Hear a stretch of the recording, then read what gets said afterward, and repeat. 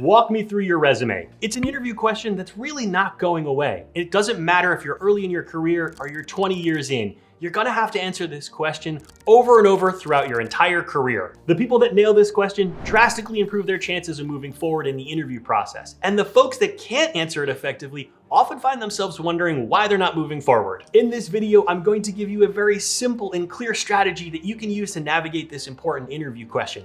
And the best part is you can use it in any interview across any industry, level, or function. And not only is it simple, but it's incredibly powerful because if you nail this strategy, not only do you answer the question, but you subtly navigate the conversation and the interview where you want it to go. As an executive recruiter, I've interviewed thousands of candidates, from entry-level account coordinators all the way up to CEOs. And as a result, I've seen firsthand where candidates can go wrong when they answer this question. The most common mistake I see candidates make when answering this question is they start to ramble. They start telling their entire career life story, but there's no structure and there's no arc. And after a few minutes, the interviewer's brain starts to wander. When you start to ramble, it can come across as disorganized in that you have poor communication skills, and even worse, you have poor time management skills. It's important to note that most interviewers have a checklist or criteria or set of questions that they need to ask to properly assess if you're good for the role. If you're spending 10, 12 minutes talking about an internship you had in 2014, this isn't going to allow them enough time to properly assess if you're the right fit for the role. The second most common mistake I see during this interview question is candidates provide irrelevant information that isn't aligned or valuable for the role that they're interviewing for.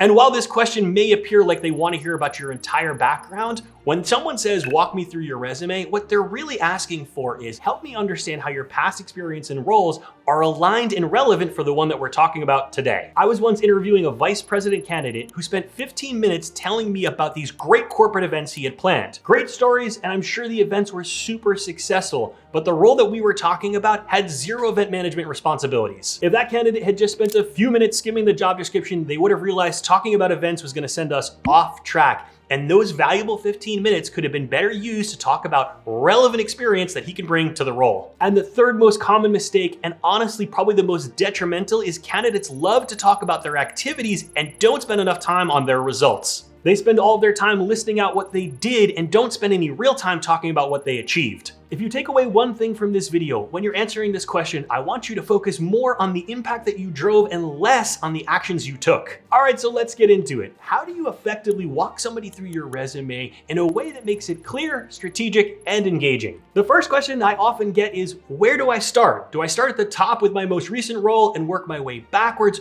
or do I start from the beginning of my career and work my way up? The short answer is, it depends, but let's talk through how to decide what's right for you. In most cases, I'm gonna recommend starting in the beginning of your career, but not necessarily your first job. If you've got a longer career, say over 10 years, you may want to summarize the early stuff and then find a logical starting point. Something like this. You probably saw on my resume, in my early career, I had a few roles in social media and digital marketing for a few agencies.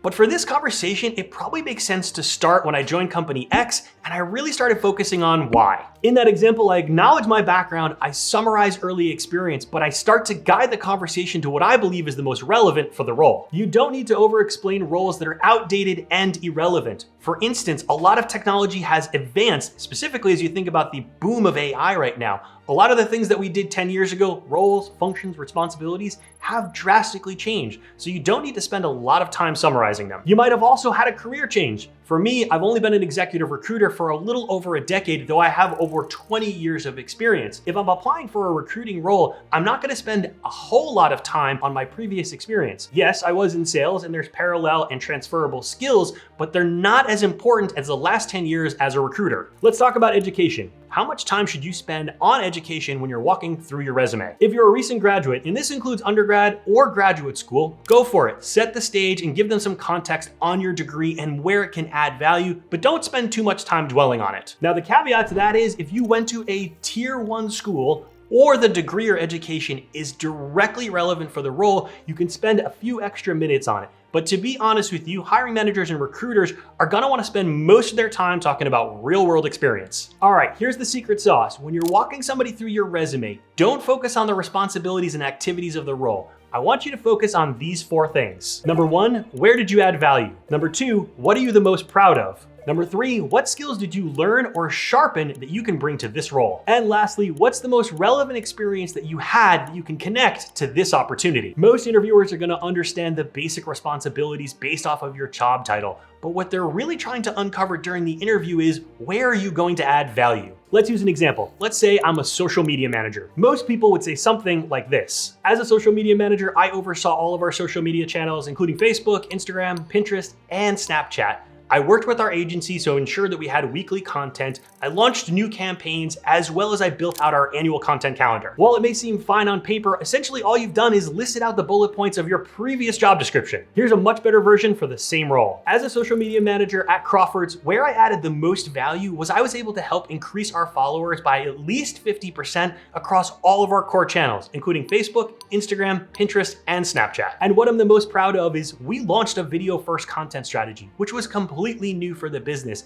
And looking back and reflecting on it, honestly, our most successful campaigns came out of that video-first strategy. I also learned how to develop and execute a best-in-class annual content calendar, which essentially gave us an always-on strategy, which ultimately was allowing us to engage with our community on a really consistent and high level. Do you see the difference between those two? The first one, I just listed activities, and the second one, I showed impact, growth, and learning, all three things that I can bring to this role. Now, to do this effectively, consider using what I call connector statements. These are small phrases that signal to the interviewer that you're about to talk about a skill or experience that's important and can be valuable for the role that you're talking about. A few example connector statements could be where I added the most value in that role, what I think about that role, what I'm the most proud of, what I learned, actually what I improved in that role was, when I think about this role, what's most relevant for our conversation is. Now, you don't have to use these exact words or phrases if they feel awkward or stiff. The point here is not to feel rehearsed, but use this framework and strategy so you can focus your answers around these ideas. The strategy is also going to prevent you from rambling. It's going to keep you efficient, focused, and confident. Now, you don't need to spend equal amount of time on each role when walking through your resume.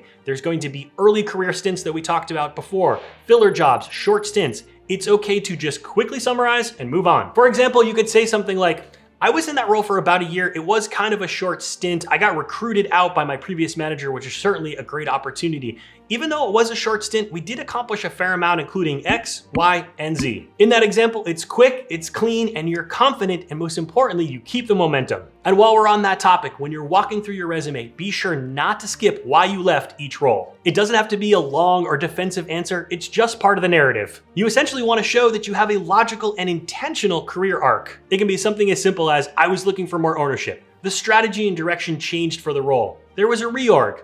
I was recruited by my previous manager. That's all you need. Quick content that connects the dots on why you left one role and went into another. This also prevents the interviewer from wondering if there's any red flags on why you left. By controlling the story of why you moved from one role to the other puts you in the driver's seat. And it naturally makes your career path sound more purposeful. Now, it's totally fine to pause along the way. Even if you're clear and concise, it can feel like you're talking for a long time. So it's okay to pause and ask this question. Before we move on, I just wanted to pause really quickly. Did you have any questions about my experience in that role? Some interviewers like to jump in with questions. Others feel like they may be interrupting, so they want to wait until the end. By pausing and asking this question once or twice, you get to gauge their style. This will also make it more conversational and make you feel like you're not talking too much. Now, if you want to take this one step further and learn how to answer the second most common interview question you're going to get, which is tell me about yourself, be sure to watch the next video.